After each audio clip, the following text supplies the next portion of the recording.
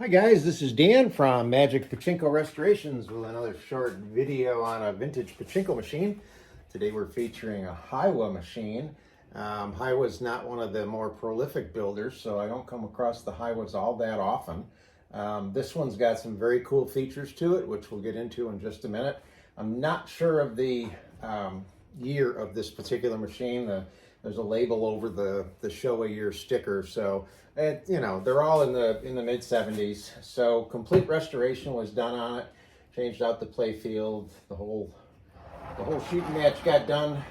This has the clear plastic, not clear. It's whatever, aqua. But you can see inside the guts, which is kind of very cool. And while I've got it turned around, this really was something I've never run into before.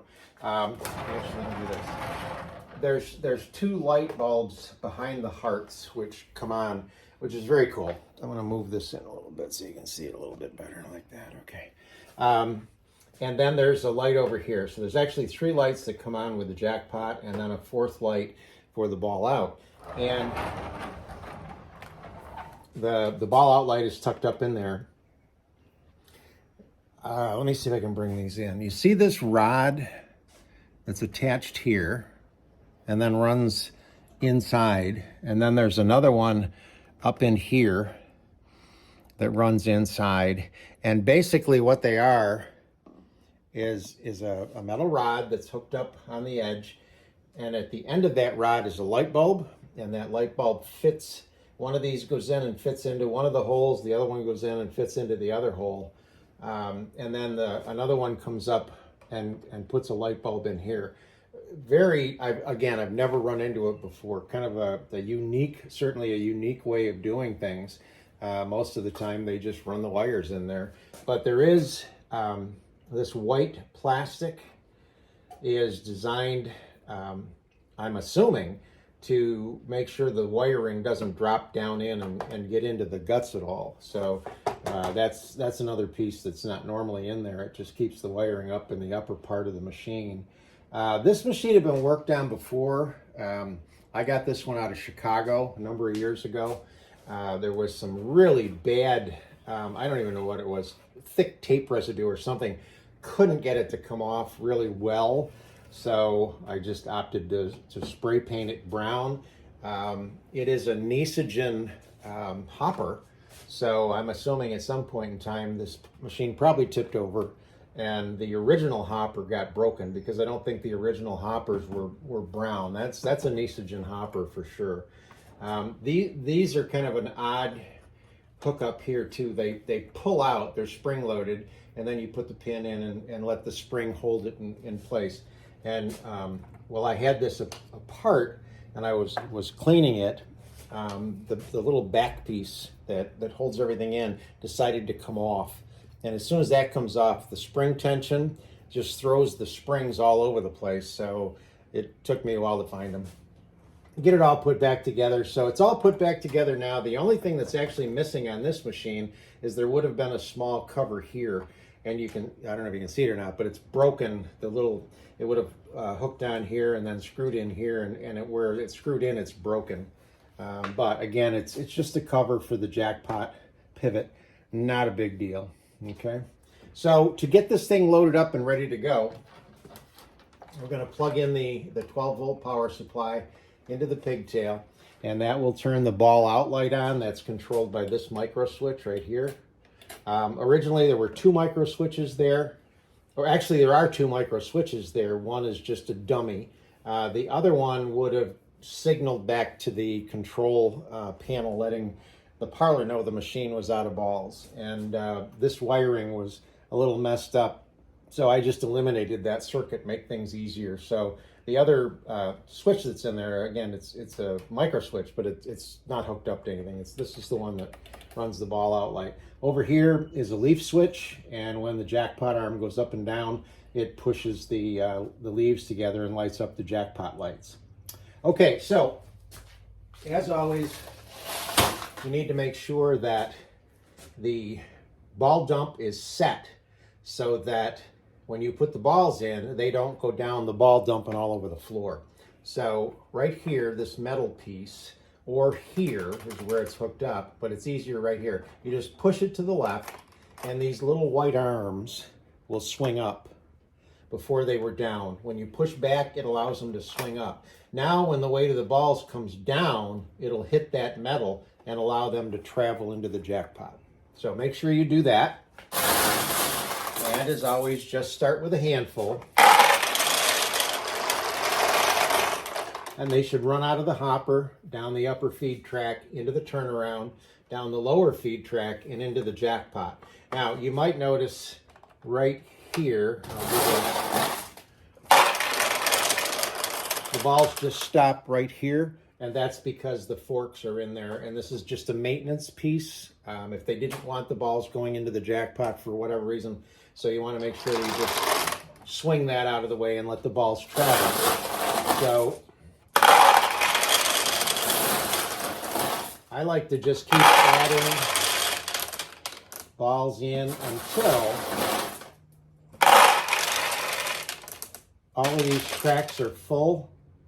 The ball out light is now off, and they're starting to build up in the upper hopper. So again, you should have 500 pachinko balls minimum.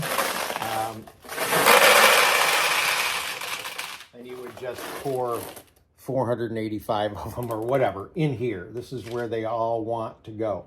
Now, the machine is loaded with pachinko balls. It's ready to pay out. The only other thing you have to check is to make sure the seesaw is tipped the right way. Now, the seesaw is right behind this Japanese logo, and it's a piece that tips up and down like this. And you want this end up, not down. So if this end is down, there's this little white plunger. You simply push up, and it'll bring the seesaw up. Very, very important. So what happens with a pachinko is any winning ball comes in, it runs down the ramp into the end of the seesaw. The seesaw tips and allows the ball to travel down this chute here. This is the winning ball exit chute. And when it hits here, it's where the end of the jackpot arm is. The weight of the ball pushes the jackpot arm down, which opens the jackpot, lets the winning balls out. It's held momentarily in place by this little piece right here called the paper clip. And then when the jackpot fills back up, the paper clip moves out of the way and lets the winning ball out. So you do need something similar to this that is wide enough to catch both the losing balls and the winning ball. So something similar to that. It doesn't matter what it is. Once the machine is properly loaded, you put a handful of balls in the upper feed tray, and you're ready to play pachinko. Now, the first time you try to launch, nothing will happen. It takes a cycle to get a ball onto the launch ramp. So now there's a ball on the launch ramp, and it will launch the ball, and you got to win right away. So I really like this because of the two hearts that light up, and the extra light up here is nice. Most machines only have one jackpot light, and this one actually has three. So when you play, you want to make sure you press all the way down and then let go. Now, if you notice, it went all the way over to the right. So anytime there's tulips or anything open on the right side, you want to go all the way down and then let go. There you go.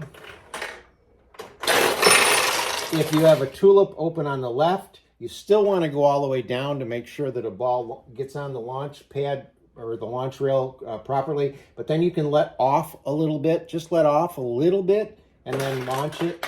Oh, that time it went right down the middle, which is ideal because that will open tulips, make them bigger targets. But there, see, I can control it and keep stuff on the left, or I can get the ball to go to the right. Very cool machine. If you don't take your winnings out of here, eventually they'll start to come out the lower tray. It's just sort of a memory jog to say, hey, I need to take some of the winnings out. Now, unfortunately, on this machine, there's a piece missing, and I did not have a Heiwa replacement part, but it's still functional. It's probably hard to see in the video because it's clear plastic, but you push back,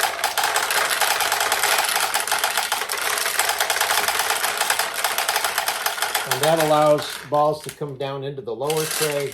All you have to do is scoop them up, go right over the top of the machine, and drop them. And that goes right into the upper hopper. If this light comes on in here and stays on, that says, hey, you need to put balls in the hopper. But you want to get in the habit of occasionally replacing the balls. And then the last thing that I'll tell you about is that if you shoot and you get a win, in other words, the ball goes into one of the pay pockets or tulips, and you don't get a win, in other words, balls don't come out of here, you need to stop playing, timeout, and then swing it around. And typically you're going to look down in this area, and usually there'll be a ball stuck in here, and you just kind of wiggle stuff around and tap on it, so on and so forth. Usually the ball will get out of wherever it is and complete the cycle, and then you're all set again. So this is the Kissing Couple Heiwa, really kind of a cool little machine.